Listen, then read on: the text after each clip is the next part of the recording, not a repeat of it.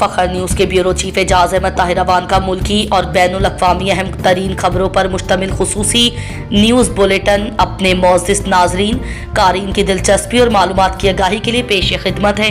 یوم دستور پاکستان 10 اپریل کو منایا جاتا ہے، جب 1973 میں پاکستان کا آئین منظور ہوا تھا۔ یہ آئین پاکستان کی تاریخ میں ایک اہم سنگ میل ہے، جس نے ملک کو ایک پارلیمانی جمہوری نظام دیا اور بنیادی انسانی حقوق کی ضمانت دی۔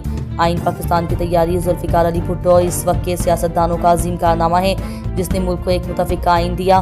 آئین کے مطابق پاکستان ایک اسلامی جمہوریہ ہے، جہاں وزیر اعظم حکومت کا سربراہ ہوتا ہے اور اسلام پاکستان کا سرکاری مذہب ہے۔ یوم دستور کے موقع پر صدر مملکت آصف علی زرداری اور وزیر اعظم شہباز شریف نے اپنے پیغامات میں آئین کی بالادستی اور جمہوریت کے استحکام پر زور دیا کہ انہوں نے کہا کہ آئین قومی وحدت کی علامت ہے اور پاکستان کی ترقی و خوشحالی کے لیے ضروری ہے۔ وزیر اعظم سے قوم کی بیٹی عافیہ کی رہائی کے معاملے میں مداخلت کرنے کی اپیل کرتی ہوں۔ حالیہ سفارتی اقدامات نے پاکستانی قیادت کے امریکی صدر کے ساتھ خوشگوار تعلقات پیدا کر دیے ہیں۔ ڈاکٹر فوزیہ کا عافیہ صدیقی کی رہائی کے لیے وزیر اعظم کے نام کھلا خط، جنگ بندی اور ثالثی پر قومی قیادت کو خراج تحسین۔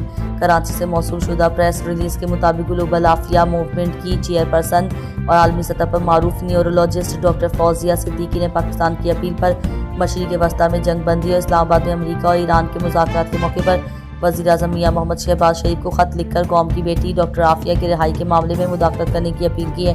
انہوں نے کہا ہے کہ جنگ بندی پرامن ہر امن پسند شخص کی خواہش تھی۔ وزیر اعظم Shehbaz Sharif, field marshal general Asim Munir اور پاکستان کی ثالثی پر فخر ہے۔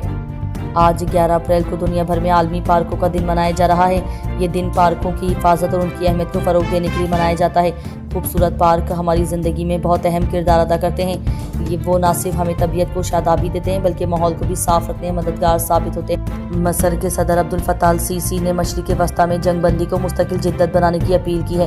یہ اپیل ایسے وقت میں آئی ہے جب امریکہ اور ایران کے درمیان 2 ہفتوں کی جنگ بندی کا اعلان کیا گیا ہے۔ عالمی برادری نے اس پیش رفت کو مشرق وسطیٰ میں امن کی جانب ایک اہم قدم قرار دیا ہے۔ پاکستان، سعودی عرب، ترکی اور مصر کے وزرائے خارجہ کے درمیان اسلام آباد میں ہونے والے اجلاس میں بھی مشرق وسطیٰ کے تنازع پر تفصیلی غور کیا گیا۔